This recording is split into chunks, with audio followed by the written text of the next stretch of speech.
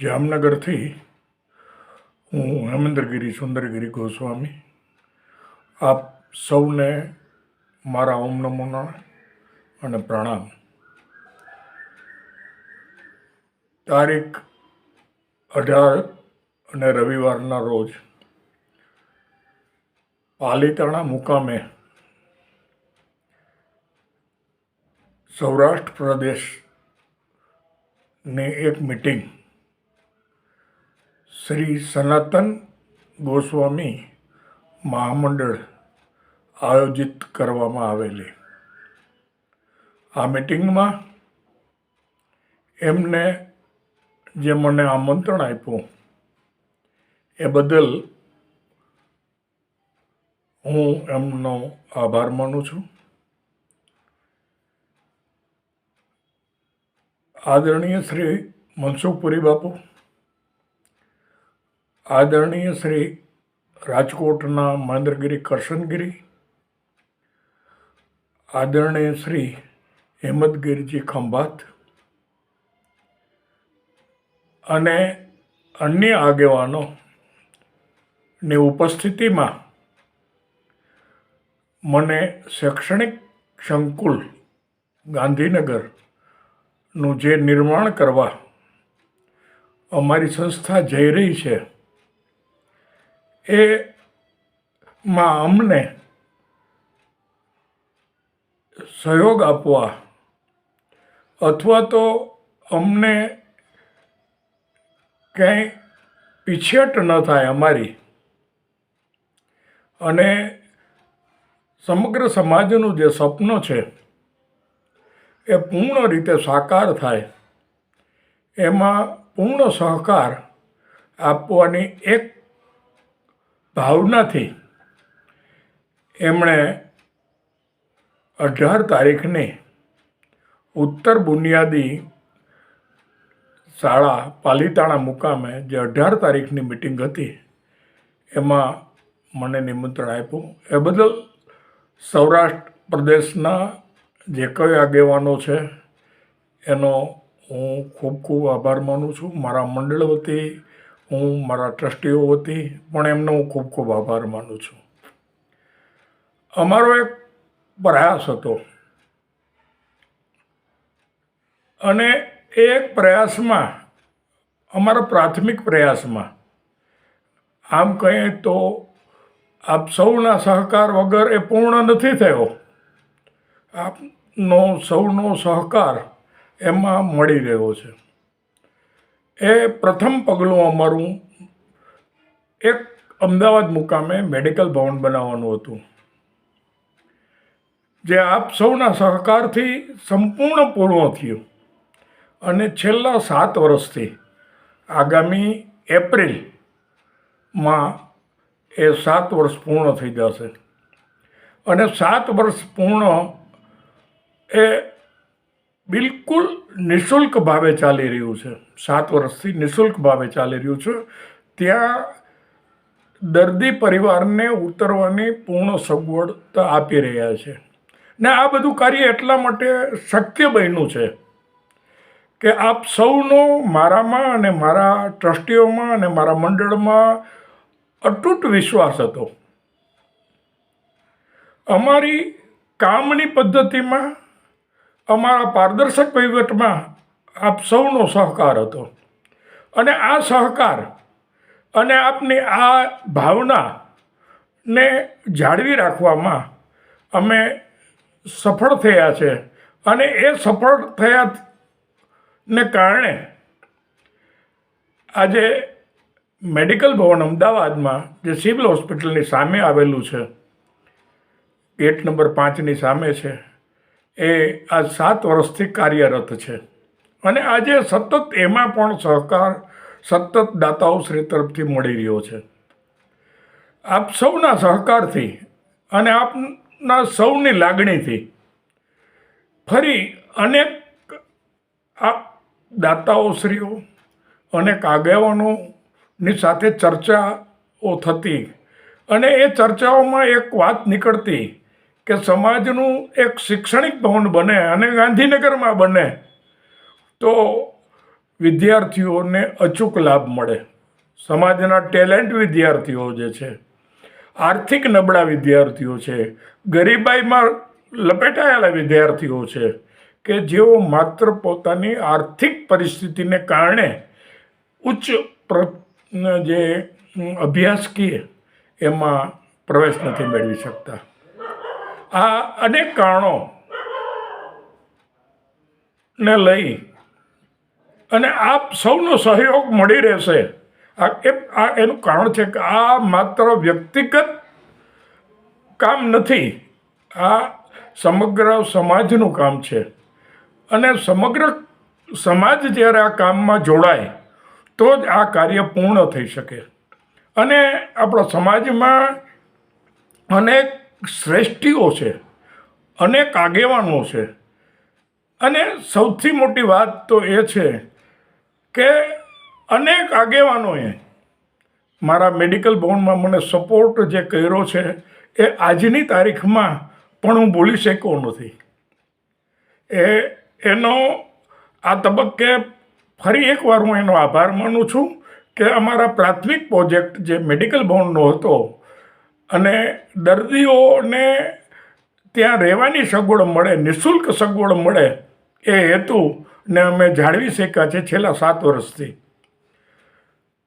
હાલના તબક્કે શૈક્ષણિક ભવન બને અને એના માટેના જે કંઈ કામગીરી કરવાની થતી હતી એ કામગીરીના એક પ્રયાસના ભાગરૂપે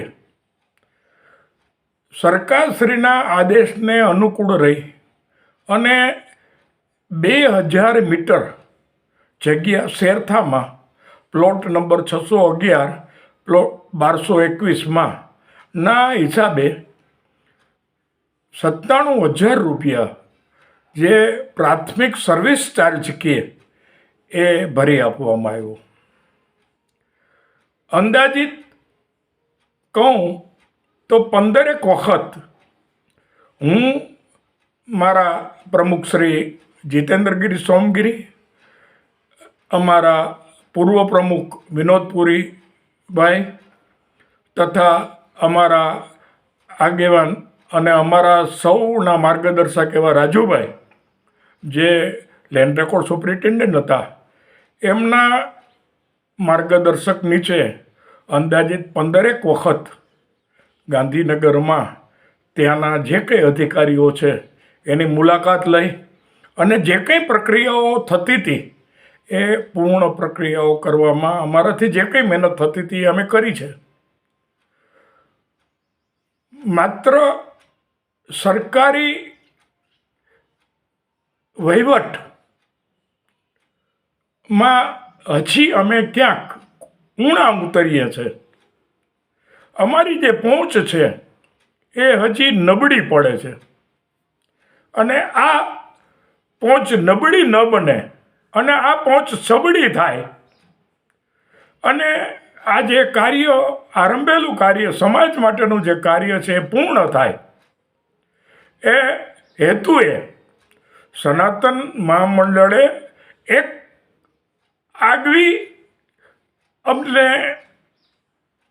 જે પ્રોત્સાહિત કરવા માટે મને અને મારા ટ્રસ્ટી મંડળના મારા મિત્રોને ત્યાં મિટિંગમાં ઉપસ્થિત રહેવાનું આમંત્રણ આપ્યું, એ બદલ સનાતન મહામંડળનો હું હાર્દિક આભારી છું.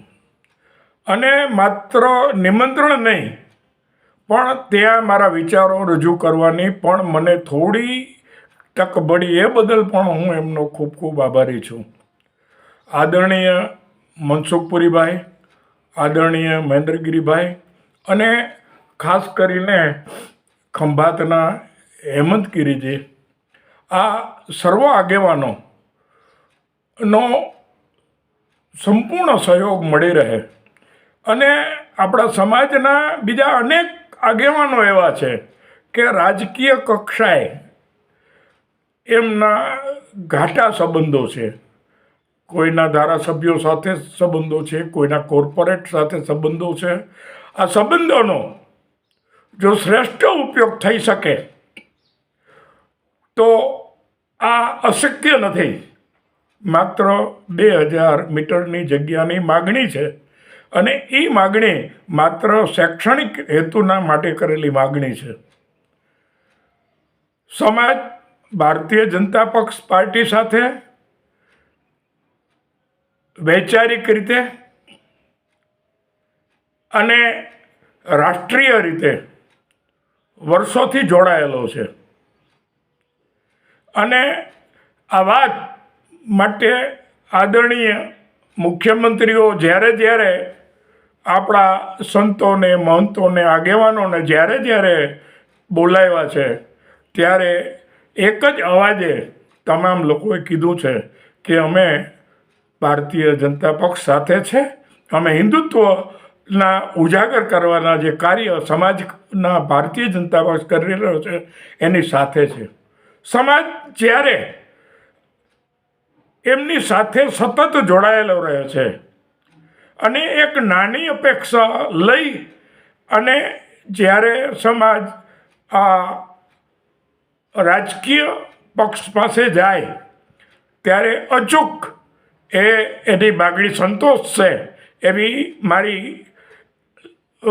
એમ કે જેને કહું કે મારી લાગણી છે કે એ લોકો આપણી આ માગણીને જરૂર સંતોષશે. સવાલ માત્ર એટલો છે કે સમાજના થોડા આગેવાનો આપણે સાથે જઈ સીએમને મળીએ, એને વિનંતી કરીએ, અને સૌથી મોટી વાત તો એ છે કે અમારા જામનગરના રીવાબા જાડેજા શિક્ષણ મંત્રી છે, ગુજરાત રાજ્યના શિક્ષણ મંત્રી છે, અને એવો શિક્ષણ માટે પણ પોતે ખૂબ જ લાગણીશીલ છે. ભારતીય જનતા પાર્ટી પણ શિક્ષણ માટે બધું જ કરે છે. આ વાતને થોડી આપણા સમાજના રાજકીય લોકો જેમના સંબંધો કોરા સંબંધ, નજીકના સંબંધો રાજકીય પુરુષો સાથે છે, એ લોકો થોડો નાનો પ્રયાસ કરે તો બહુ વહેલી તકે સમાજ જે શૈક્ષણિક સંકુલ માટેની જે એની માગણી છે એ પરિપૂર્ણ થઈ જાય, અને આગામી વર્ષોમાં ગાંધીનગરના શેરથા મુકામે આપણું શૈક્ષણિક ભવન કાર્યરત થઈ જાય.